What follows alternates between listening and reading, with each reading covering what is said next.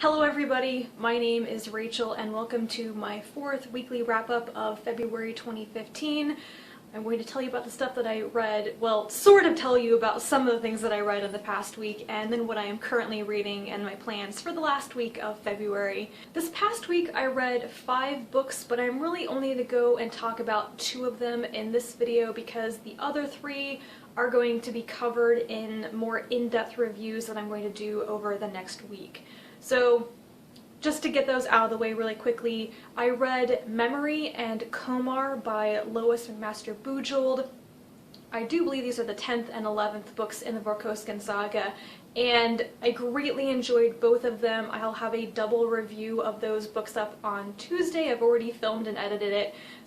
The other book that I'll talk about more later in a double review is The Guns of Avalon, Book 2 in the Chronicles of Amber by Roger Zelazny.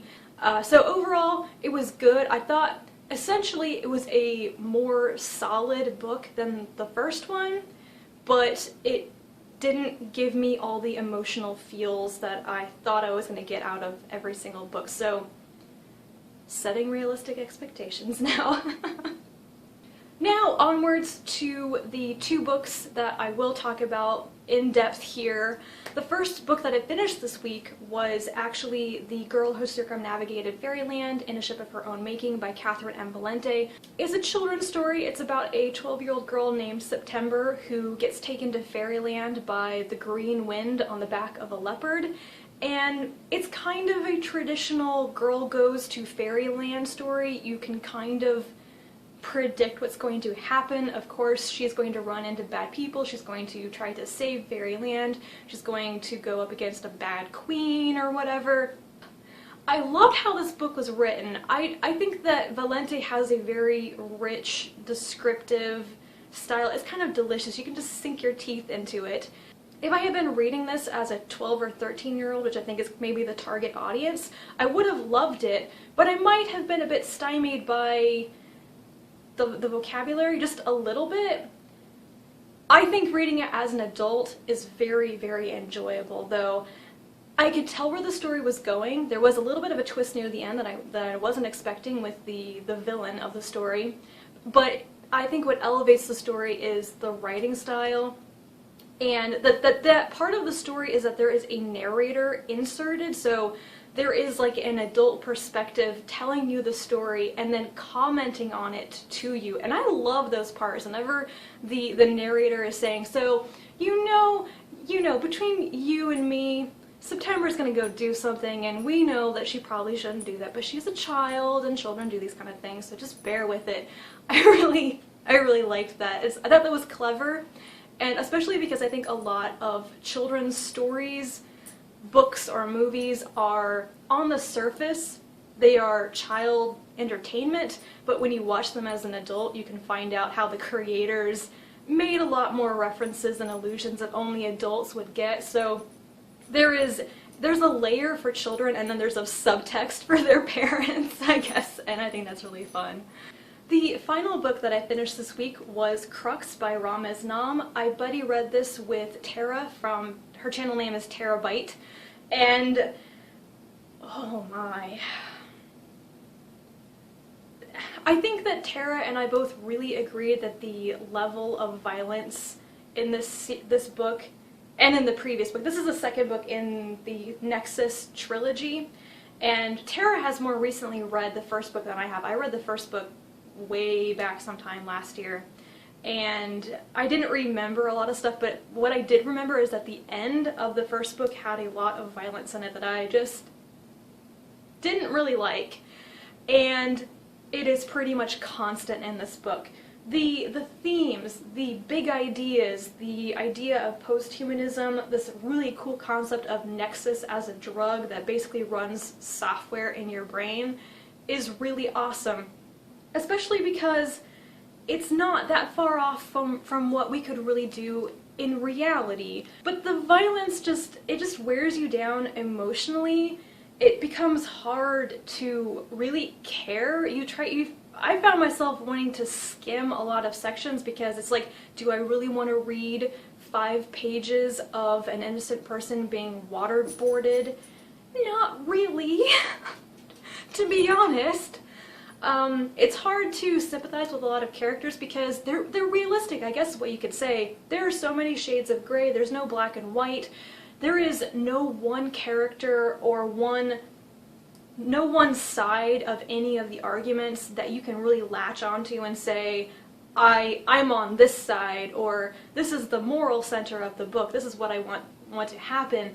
Everybody has a flaw. Everybody has a flaw in what they're doing, in their ideology, which is exactly the way I think this sort of thing would play out in the real world. So it's terrifying and interesting on a scientific level, and if you're thinking about reading the series, I would say if you really don't have a tolerance for violence in any way, be careful.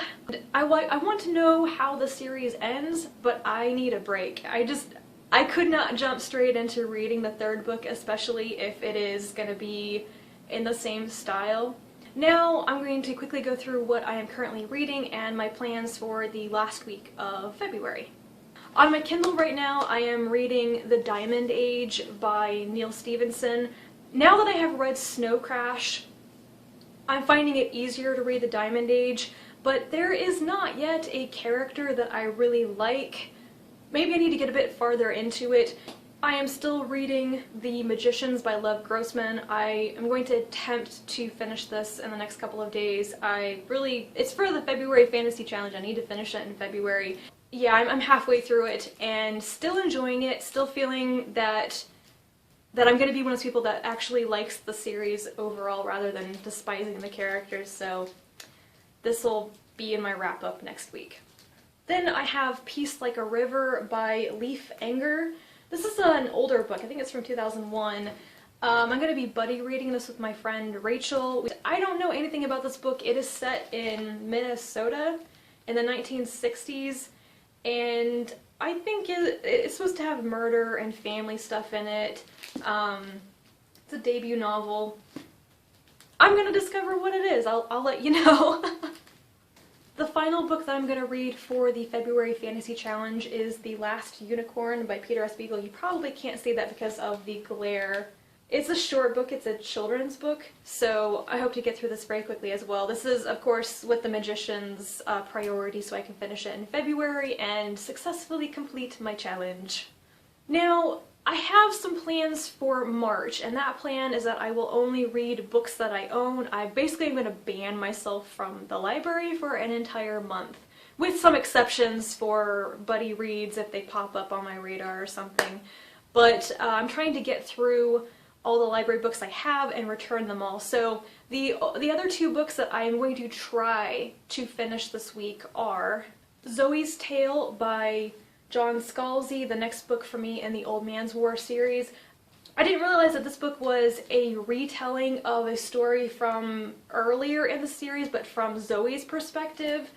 I could see how that could be very interesting to me, to see her perspective on the events, especially if it's the events of the Ghost Brigades from her perspective. I might actually really be interested in that. The last book that I hope to get through to return to the library so I can go off and only read books that I own is Knocking on Heaven's Door by Lisa Randall. This is it says how physics and scientific thinking illuminate the universe and the modern world. Lisa Randall is an author that Finbar recommended to me. I asked for recommendations about women who write about science since I kept reading books by men about science. Hopefully I will get this read this week.